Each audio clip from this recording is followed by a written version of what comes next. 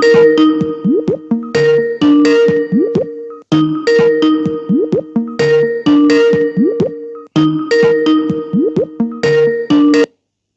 person who you're trying to reach is currently unavailable. Please leave a message after the beep.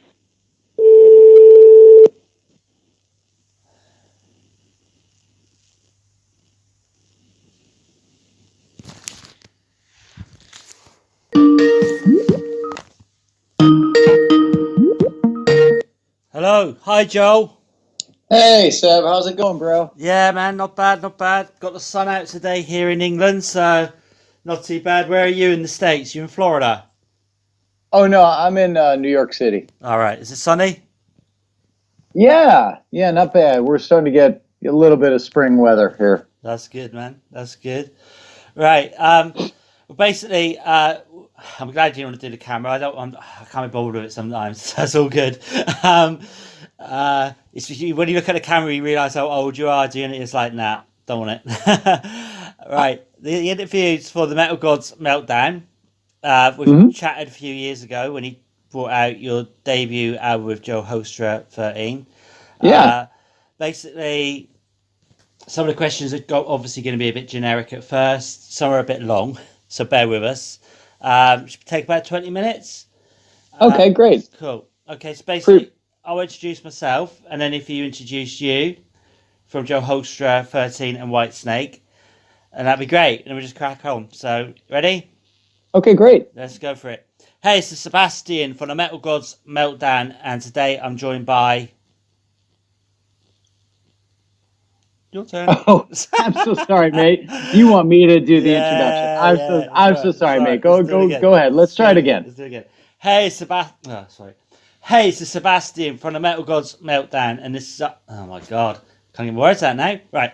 Hey, this is Sebastian from the Metal Gods Meltdown, and this evening I'm joined by...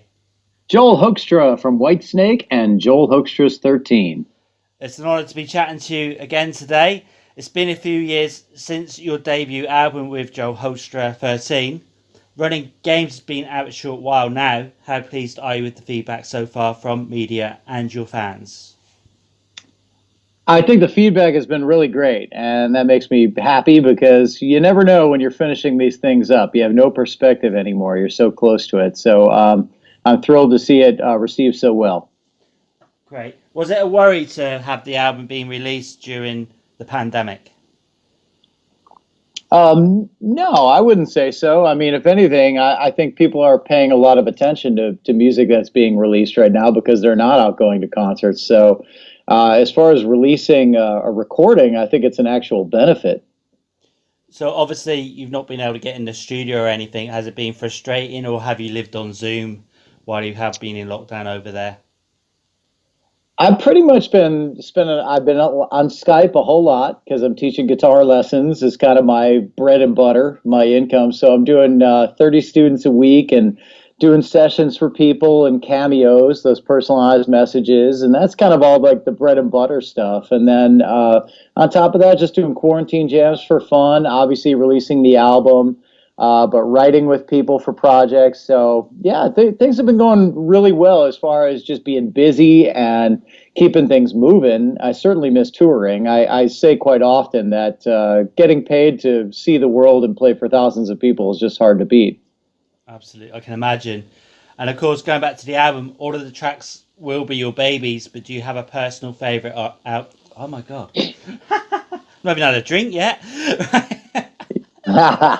I'm drinking tea. Right. Of course, all of the tracks will be your babies, but do you have a favourite on the album today, and why? I really don't, man. Just because, I mean, my goal is to have every song be good and have this be an album that people can put on old school style and listen to the whole thing and hopefully find it to be all killer, no filler. So I definitely went for making sure that every track was really strong. So I recorded more than needed really for it. I did 13 tracks, and I think they ended up doing one as a digital bonus track and one as a Japanese bonus track only. So I feel like the songs are strong. Excellent. So you've already got loads of material for the next album then? Well, I mean, I'm definitely looking forward to the next one. I haven't written anything for it yet. My next thing after this was really getting the riffs into Michael Sweet for our project with Nathan James. So that was my next writing project, and then I've been writing with my friend Jim Peterick for an album he's producing. So that's kind of been the writing end of things. But definitely next on the slate, I would say, is getting the songs going for the next one of these. Brilliant. I mean, I see there are some states over in the US that are having shows. Do you think this is going to be possible this year for you to get back out on the road? It's going to be difficult, isn't it? Or have you done some kind of stream, just doing the whole album playthrough sort of thing? Is that something you thought about? Well, the playthrough stuff, I did the 3 singles with Guitar World, so people can watch me play through it, and I give a little lesson on the solo. That stuff's up on YouTube. In regards to getting out and touring, that's tricky because I work with bigger acts, so bigger crowds, and acts that like to tour, not do like an isolated fly date. Whitesnake usually does a proper tour, and Trans-Siberian Orchestra does a proper tour. So fingers are crossed to have that come back sooner than anticipated. But man, I've been trying to treat it like it's never coming back, and that way I just stay busy and focused on the now, on what's happening right now. And I'll wrap my arms around it and be happy as hell if we get back out and play. But in the meantime, I'm just going to do my best to keep working hard. Cool. I mean, it must be a bit of a worry with the Whitesnake side of things, with David Coverdale, and we're all getting on, we're all aging. Do you think that David and Whitesnake will ever get back out on tour again? I don't know. I mean, I think that the stage we're at, it's more about like, let's get the world open and take it from there. I mean, that's obviously going to be David's call, and the sooner that we can make that happen, then I think the chances definitely get a lot better. I mean, I think he's gone on record as saying he'd like to do a farewell tour, and I'm sure he would view that as being an extensive tour. I don't think it would be like just a little one. So fingers are crossed that we can make that happen. Cool. Okay, so oh god, this is a bit of a downer, this interview, man. I'm just looking at the questions. I was going to ask you about idols we've lost, like Eddie Van Halen and Lemmy. I'm going to leave that one out. Right, on this one, let's do this. Okay, so you're stuck in lockdown for a year. Which musician, dead or alive, would you have with you? Oh man, that's a tough one, mate. I mean, gosh, I don't know that I have anybody. I think it's been fun to collaborate with some different people on these quarantine jams that have kind of circulated during this time. Gives you an opportunity to work with some people you never worked with, and do so in a low pressure environment because it's not for commercial release. It's just to entertain the fans in the meantime. So that's been kind of cool during this. I don't know that I can come up with one person that I'd want to be. I'd prefer to have no lockdown. Wouldn't we all, man? Wouldn't we all? Okay, of course you will have had many, many outstanding moments in your career, but which one springs to mind straight away today? That's another tough one because I've just gone through a career that's just been a lot of smaller steps to lead me to where I am today. So sometimes when people ask me about what my big break was, it's hard to answer that. I would say to a degree it was getting Love Janis, which was a theater gig, and that brought me to New York City. But it was the first time that I wasn't teaching guitar and only performing. And that began a string of about 20 years of that happening. So that was a big break for me in many ways. And of course, joining Night Ranger, because that brought me to like play in a national act that was big and people would want to, have your picture and autograph and all that good stuff. And so that was certainly a big break. And then Rock of Ages, having that financially for me was a big break. That led to 6+ years of having a gig every day. And TSO, first time headlining arenas, really, and certainly Whitesnake with getting out internationally has been a really big thing, and obviously all the great things that come along with being a part of Whitesnake. So lots of breaks. Excellent. So the next one then, if you hadn't made it as a successful musician, what do you think your career would have been? Something creative, something where I could still feel like a creative individual. I think that's definitely my strong suit. But the music thing is definitely with me from the time I was so young, man. You know, my parents being classical musicians, so music is definitely far and away the number one choice. But something where I could be creative, man. Excellent. So Gene Simmons recently said rock is dead again recently. What are your what are your feelings on this? I mean, maybe it's not as big as it used to be, but I don't really care, mate. I mean, I just do what I do, and I've never been too concerned about uh, being what's cool at the moment, you know, or hip at the moment. As long as I can just keep making a living as a guitar player and doing what I love, then I'm good, man. You know. So whether or not it's bigger than hip hop, it doesn't really concern me. No, it doesn't really matter, does it? I think he just likes to be in the headlines. Anyway, when you get out, when you get out on stage with White Snake, how must it feel? And what is your favorite song to play? And do you just like, I don't know, go and get spaced out and think, oh my God, this is amazing? Do you ever have that feeling? I'm usually pretty focused on just doing the best job I can. But I mean, it feels great to be a part of the band. There's an amazing history there, and I'm proud to be a small part of it. And obviously, a great catalog of music, great guys to work with, you know, some rock legends with David Coverdale and Tommy Aldridge, but also guys who are on my level, just kind of enthused to be there. Michele Lupi and Michael Devin. So just working with everybody in the band, I enjoy all the guys a lot. I enjoy our lineup. Love David as a boss and as a friend. He's a great dude. So it's been nothing but positive as far as I'm concerned. As far as I'm pretty focused on the gig at the moment, but I have lots of moments where I'm like, wow, it's cool. I'll have I call them moments of clarity where you go like, geez, that is awesome that I'm part of this. I can imagine, honestly. Okay, this one you might not want to answer. Can you tell me what's been the most outrageous thing you've done in the name of rock and roll?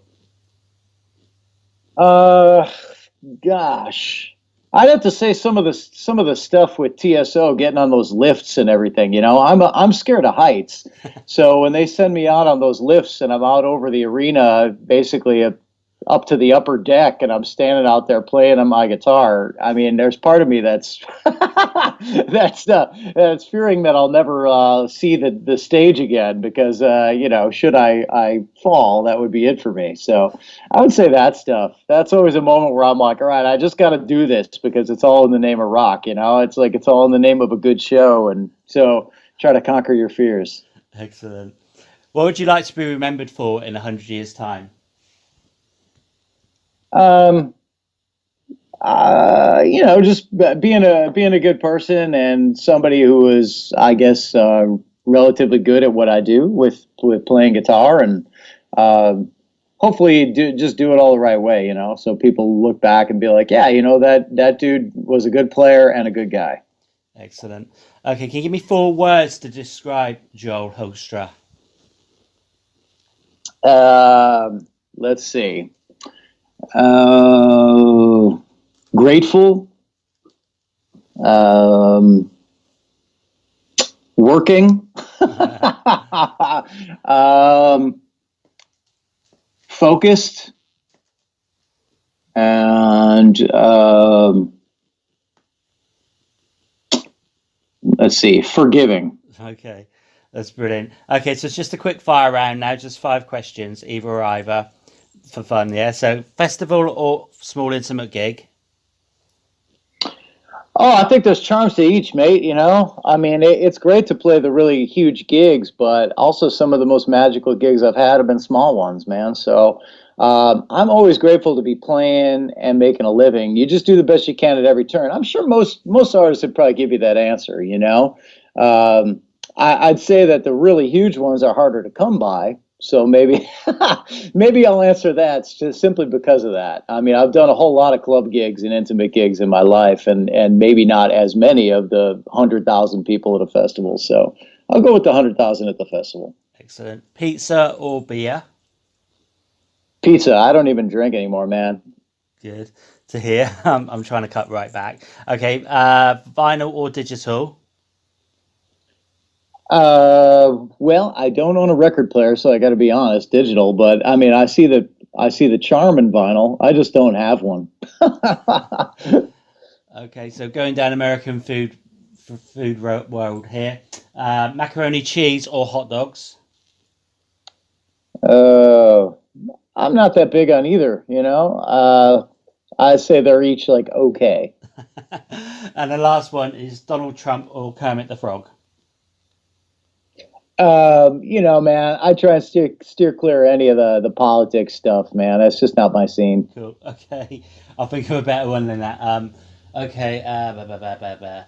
Oh my god, I can't think. My brain's gone dead. Okay, yeah, here this goes. American soccer or English football? You don't like Well, either, do same you? thing. You don't like either, do you? Same thing, right? So I'm not a big soccer guy, but that's simply because that's the culture in the U.S. As a kid, we nowadays it's bigger, Yeah, but when I was a kid, we didn't grow up playing a lot of soccer. We grew up playing baseball yeah. and American football and basketball. Basketball's the biggest with me. Okay, then, right. I'll do this one. Then. Okay. Just trying to think. Go back. Go back. I can't think. My brain's gone dead. You know what it's like. Okay, then. Deep I think they call it COVID brain, don't they, COVID mate? brain. Yeah, man. Yeah. I had loads of questions for you. Right. Okay. Deep Purple or Ozzy Osbourne? Uh, are we including Black Sabbath with Ozzy Osbourne? Yeah. Then I got to go with that because I grew up. That was more in my time frame. I grew up more with Black Sabbath than I did with Deep Purple. Cool. Brilliant. All right. I want to thank you so much for your time. Do you have any final words for your fans and our listeners? Just thank you so much. Anybody that's streamed a song or bought an album or come to a concert or just even written words of encouragement, thank you because you've helped me to live my dream to this point. So that's amazing. Excellent. And I've got one more thing to ask you as well. Everyone needs Joel Hoekstra in their life because. uh, Gosh, I don't know that they do, mate. I mean, I don't know. I don't know that they do. So, I mean, I hope people like the new album. We'll go with that. Awesome, man. Okay, thank you so much for your time today. Enjoy the rest of the day in New York, and we'll catch you soon, hopefully on tour. Take Cheers. care, man. All right. Great to touch base again, mate. All right, Thank you. man. Good one. Cheers. Thank Okay. you. Bye. Bye now. Cheers. Bye Cheers. bye.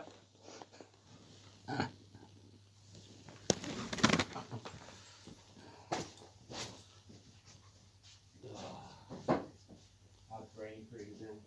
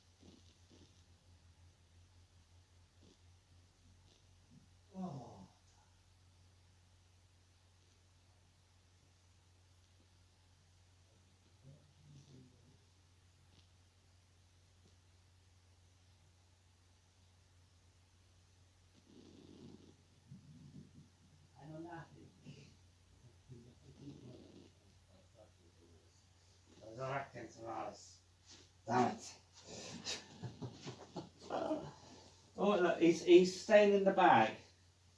I was in the bag. This is my bag. I love my bag. My bag rocks.